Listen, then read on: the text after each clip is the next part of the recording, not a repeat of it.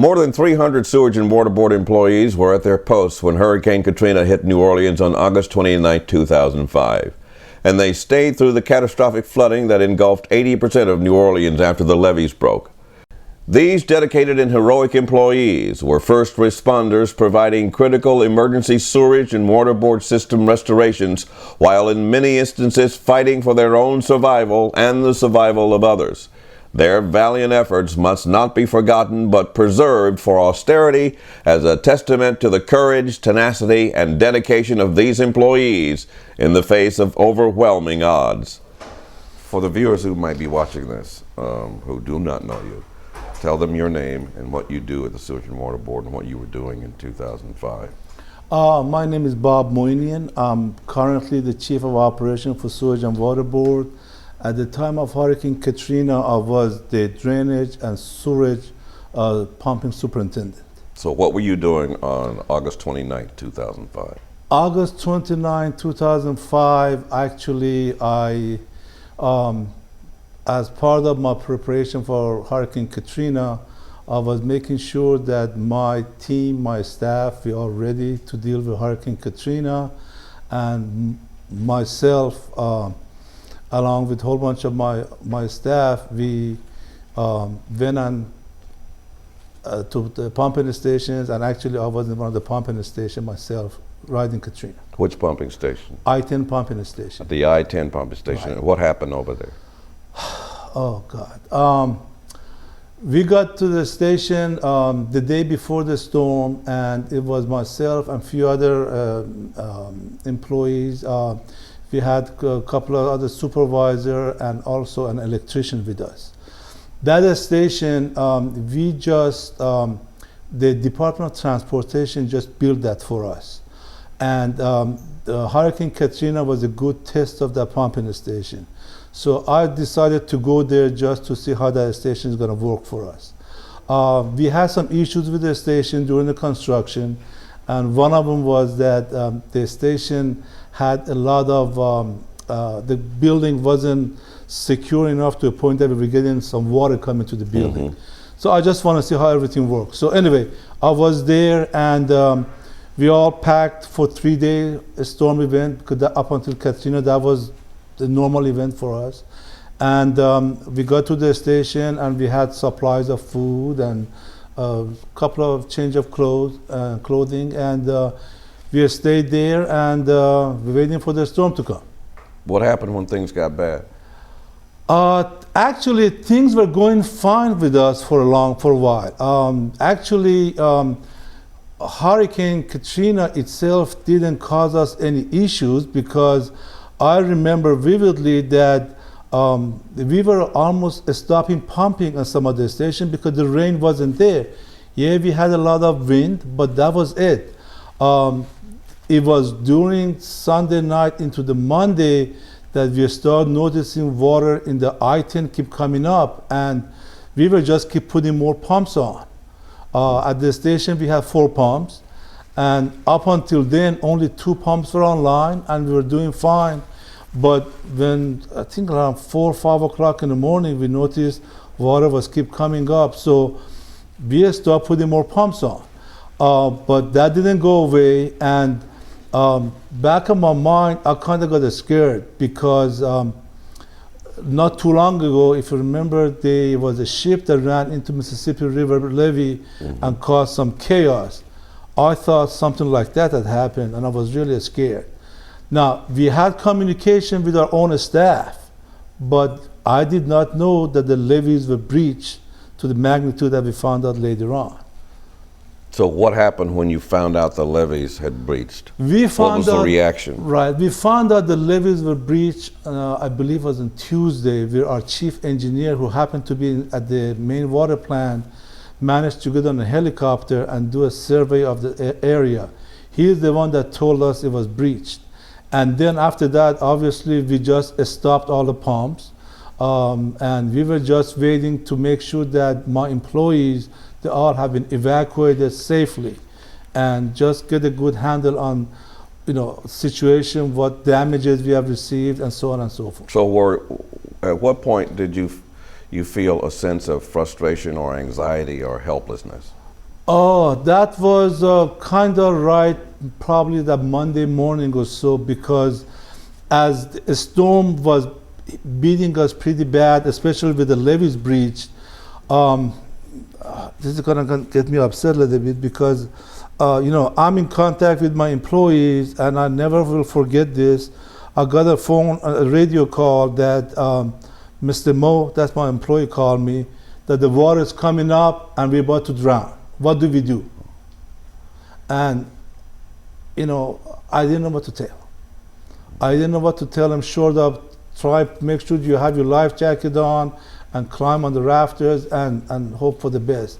And that was our station 5, basically, and I'm sure you know that by now, that there was some heroic effort by the employees but again, I'll never forget that phone call. But anyway, that was kind of the stuff that I was hearing. Also, we were in touch with our Office of Emergency, who happened to be at City Hall at the time. I was trying to find a way that we can get help to our people. And unfortunately, my Office of Emergency Management was being told that help was coming, but we found out that no help was coming after all of that. So how did you survive? Believe it or not, my survival was not a big deal because I had generator there.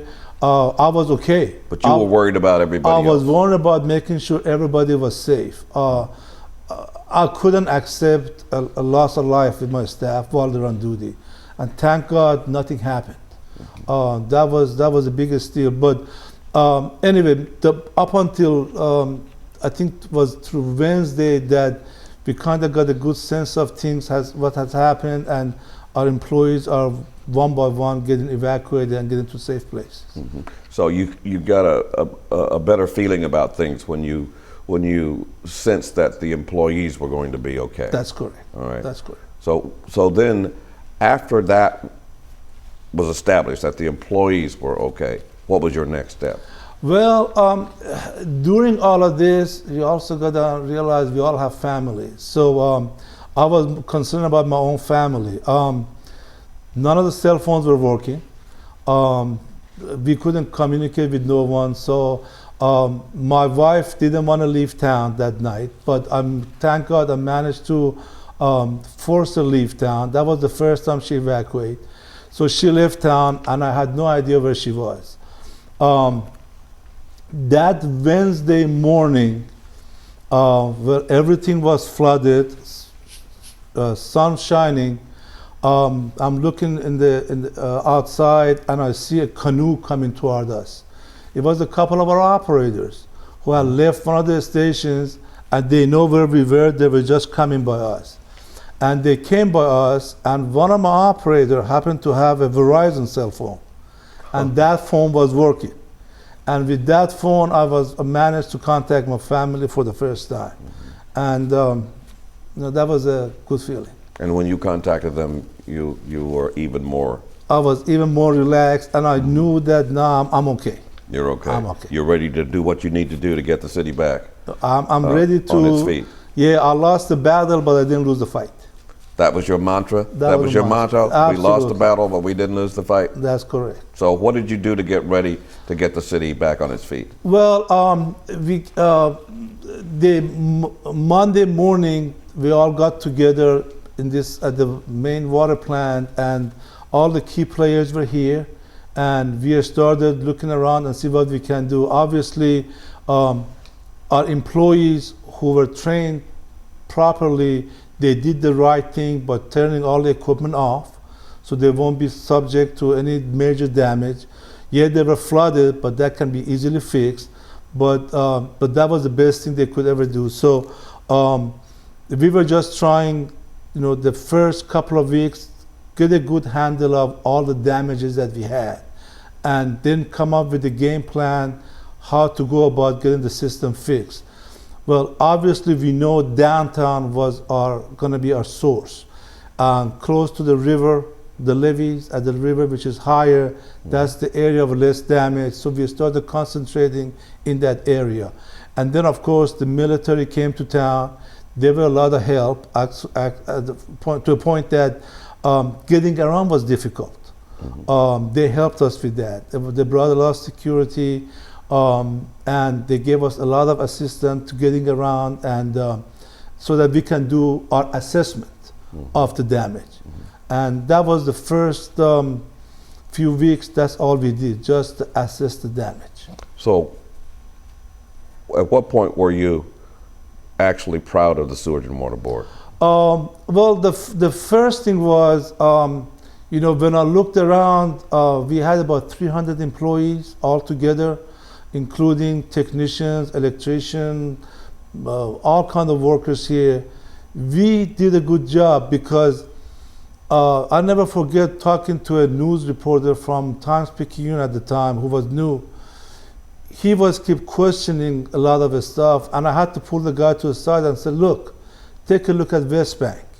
West Bank went through the same event, and all they have lost is some roof damage and some street flooding, which is minor, but they're up and running. That's the difference. The levees did not breach there. So if the levees would not have breached, we would have been fine. Hurricane Katrina had only 8 inches of rain. Yes, we have some high wind, but to us was another storm event. Sewage and Water Board historically have challenges with tropical storm. If you lived here long enough, when the tropical storm park right over us, they dump a lot of rain. 20 inches of rain is anything unusual for us. But when you get the levees breach, then what can you do? Actually, a lot of people had a problem conceptualizing that. It was not a Sewerage and Water Board problem. It was a federal levee failure problem. That's correct. And you had to point that out to the reporter? We had to point that to them, that take a look at West Bank. The levees did not breach. We were fine. We were pumping out. We were actually turning pumps off because the rain was over with. And then, not only that, if you look at the Sewage and Water Board facilities after the storm, yes, we did have some roof damage here and there, but the buildings never lost anything major. Yet the equipment got flooded, but nothing else has happened because it was built to withstand Hurricane Katrina's forces. Now, post-Katrina, we've gone above and beyond that, but we were well prepared. How would you say the actions of you and the employees of the Sewerage and Water Board after the storm helped the Sewerage and Water Board begin to recover? I gotta be honest with you, man. I've never seen a whole bunch of folks have one common goal and working so hard at it, and that was Sewerage and Water Board. Different caliber of people, different people from different backgrounds. We all got together, and the goal was bring the city back. Our Algiers water purification became the source of our major operation. They supported us with all kinds of ways. Then on top of that, other agencies, I'll never forget Wildlife and Fishery, they were providing us with food. Okay, it's just, again, it was all camaraderie of a whole bunch of different folks together for one common cause and trying to get the city back. We lost our homes. We got to get it back. Now, I wasn't going to wait around and someone come and, okay, I got to do something. I got to get up with the staff that we have and take the ownership of our city back again. I like that. Sewerage and Water Board Yes, took sir. ownership. Yes, sir. And took its city back. That's right, because that is what we are trained to do. Last question. How would you describe the progress made post-Katrina in the rebuilding of the Sewerage and Water Board system? Oh, okay. Post-Hurricane Katrina, obviously myself, I learned a new language, and that is FEMA. Trying to making sure that the federal government understand the seriousness of the damages and help us financially to get back on our feet. With the help from Corps of Engineering and FEMA and some other utilities, we have made a lot of progress post-Katrina. In these last 10 years, the amount of money and the amount of improvement that we have made is tremendous. You know, with the Corps of Engineering help, we storm-proofed additionally a whole bunch of our facilities. We have backup generators that we didn't have before. These are just give us additional levels of reliability. We have additional pumping stations that we built to give additional pumping, especially in Lower 9, which was damaged seriously. And I'm proud to say that, God forbid, another storm come to Lower 9, they're gonna be sure that there will be pumping available 24/7, because with the new station we built, not only it has backup equipment, but the equipment are built at higher level, so the flooding will not be an issue. We are spending currently a very large sum of money to rehab our power plant complex as a whole. We are about to finish up the rehab of turbine number 4, which is one of our major turbine for providing us power to our drainage system. And a whole bunch of other projects that we have done with our water pipes and drainage lines and so on and so forth. And we're about to get into the water purification, which is something that was needed for a long time, but we're about to get into that. So a lot of improvement has happened, and I'm really proud of that. Thank you, Bob, for sharing your story. I appreciate you. Thank you. All right, good luck to you. Thank you, sir. The flooding of New Orleans after Hurricane Katrina was the most devastating disaster to hit any U.S. city. When most of the city was evacuating, some 300 Sewerage and Water Board employees stayed on the job, facing great personal peril to respond to this devastating crisis. We salute our Katrina heroes who met the greatest challenge of their lives and found a way to rise above the storm and overcome the impact of Hurricane Katrina. The board's forces dewatered the city in 11 days after the breaches were closed and began to restore quality of life, services of water, sewer, and drainage to the city. It was the restoration of these services that made it possible for citizens to return. It was the restoration of these services that made it possible for progress to begin, going from devastation to recovery, restoration, and today, rebuilding of the most complex infrastructure in the country. Today, confidence in the Sewerage and Water Board's management and fiscal responsibility has resulted in the first water and sewer rate increases since the 1990s. These increases will be the building blocks for the development and the continuous rebuilding of the board's systems in the future.